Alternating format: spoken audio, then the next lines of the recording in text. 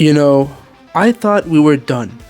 I thought after the absolute roller coaster that was the finale of Kuruluş Osman, after we finally buried the hatchet, buried the Mongols, and buried my social life along with them, I thought I was out. And then Kuruluş Orhan promised me something. It promised a reset, a new era, a new state, and most importantly, it promised me a villain who could actually rub two brain cells together. A villain who could plan? In a Bozdağ show? It's a lie. No, it was crazy. But no, it wasn't. It was supposed to be Hector. Commander Hector. The man who was set up to be the intellectual antithesis to Orhan's rising sun.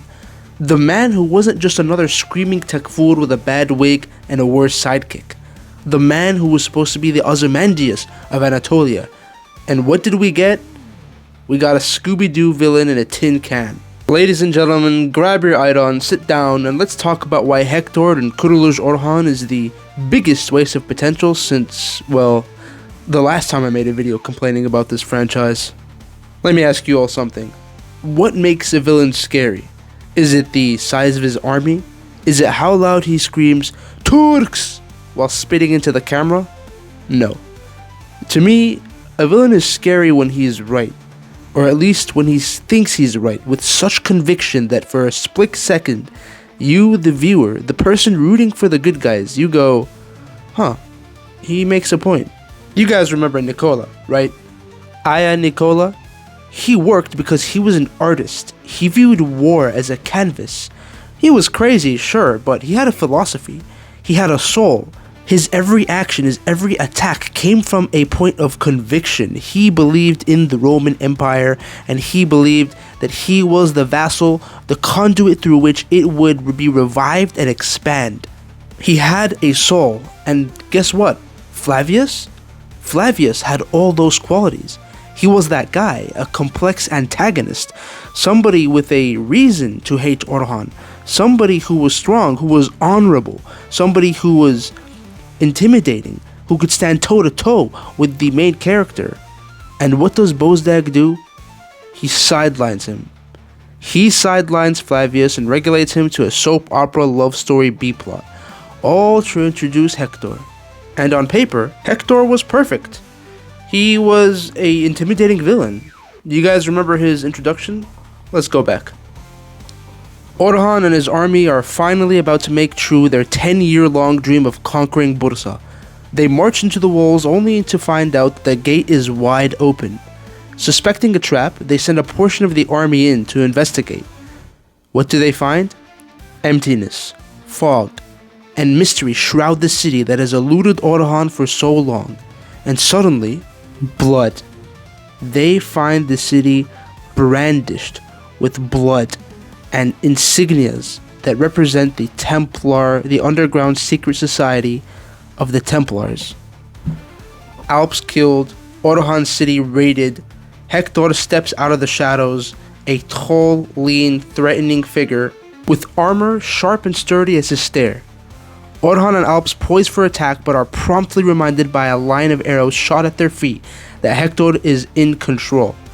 And at every turn after this, even within the city of Yenişehir, Hector's Templars loom in all corners of darkness, ambushing and reminding Orhan and Alps of this ever-present snake ready to strike at any moment. Even Flavius, a Byzantine commander, is not safe from Hector's demons. Then he takes Bursa from the Byzantine himself and wraps his control tightly around their necks by taking the emperor himself hostage.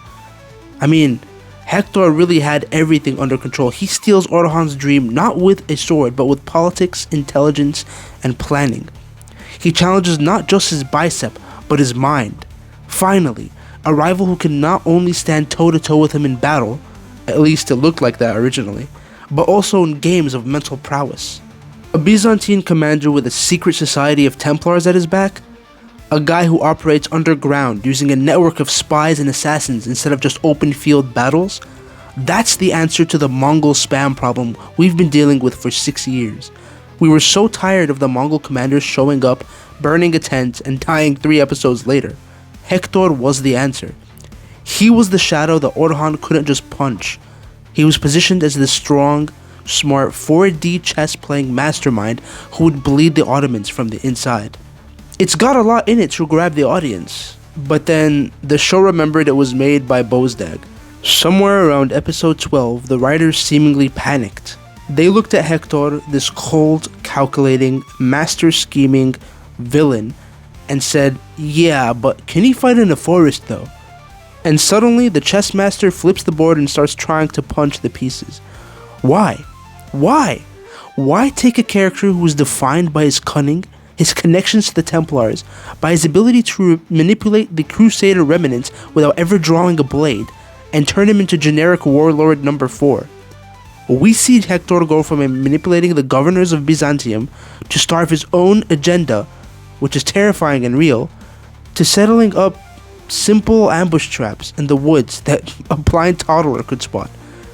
Oh look, a fallen tree in the road. I wonder if it's a trap. Oh no, somebody told me to go meet them in the middle of this forest. Yeah, let me just go do that. It's a trap. It's always a trap.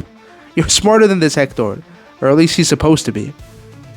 And by the way, the guy playing Hector, his charisma is off the charts. He looked the part of an antagonizing villain very well and deserved better. A lot better. The tragedy of Hector is the tragedy of the Kuruluş franchise so far. It wants to be a show about state building. It wants to be a complex and intriguing historical drama. But it's too afraid to let go of the Kuruluş formula. It's too afraid to let the villain win the political battle. It's too afraid to let the villain have one physical fight and overcome Orhan. Because if Hector wins politically or physically, Orhan looks weak. But that's the point. Orhan should look weak politically or physically so he can grow. That's what an arc is. Instead, we get the wasted potential speedrun. Hector just ends up falling into the lamest, inconvenient, and contrived situations ever. He and Saros go to confront Asporja, who tells Orhan and co about her plan to meet them, and Orhan just makes easy work of Hector in a 1v1 duel in a forest. No character arcs, no closure, not even a tough fight. Orhan just tears Hector to shreds as if his armor is made of paper mache. Unfortunately, he dies with no final monologue about the fall of Rome or about the inevitability of chaos. He dies like an NPC, and as his body hits the dirt, I felt nothing. I didn't feel the triumph of Orhan overcoming a great obstacle. I felt the disappointment of a writer's room throwing away a diamond because they only know how to polish rocks. And it's a crying shame, because Hector represented a shift. He represented a threat that wasn't just physical but ideological. The Templars represent a clash of faiths, a clash of history. Instead, he became a loot drop. It's all a lie. If you're going to give me a shadow commander, let him fight from the shadows. Don't drag him into the sunlight just to cut his limbs off for a cool slow motion shot. Orhan deserves better as well. Orhan deserves better villains. Meritz is already climbing a very steep mountain, trying to match the absolute legendary roles that Burak played as Osman and Engen played as Ertuğrul. And so, if we are going to do anything, we should actually help him and write some better storylines so that we can have him launch up the platform of trying to match these legends. We need better villains. We need better character arcs. And don't get me started on Flavius. Poor Flavius. He's probably sitting in a tavern somewhere drinking grape juice, watching Hector's head roll, and thinking, I missed the part where that's my problem. Kuruluş Orhan has the aesthetic. It has the budget. The costumes look incredible. The music, killer. But if you don't have the soul, if you don't have the consequences, if your villains are just XP farms for your heroes to level up on and just beat, then what are we doing here? Hector represented the old world, the institutional rot that Orhan was supposed to replace. By making him incompetent, you make the old world look weak, and if the old world looks weak, Orhan's victory means less. You want your hero to slay a dragon, not a lizard with a megaphone. Look, I'm still gonna watch. I'm deep in the lore. I'm swimming in the sauce. I'll be here next week when they introduce the next villain, Commander Victor, who I'm sure will be totally different and definitely won't just be Hector with a mustache. But for now, R.I.P. Hector, you were the smartest guy in the room until the script told you had to be the dumbest guy in the room. As always, guys, if you want to support my decaying mental health as I analyze 200 episodes of Orhan making every other figure in history look like Saturday night cartoon villain fodder, like, comment, and subscribe, and I'll see you all next time.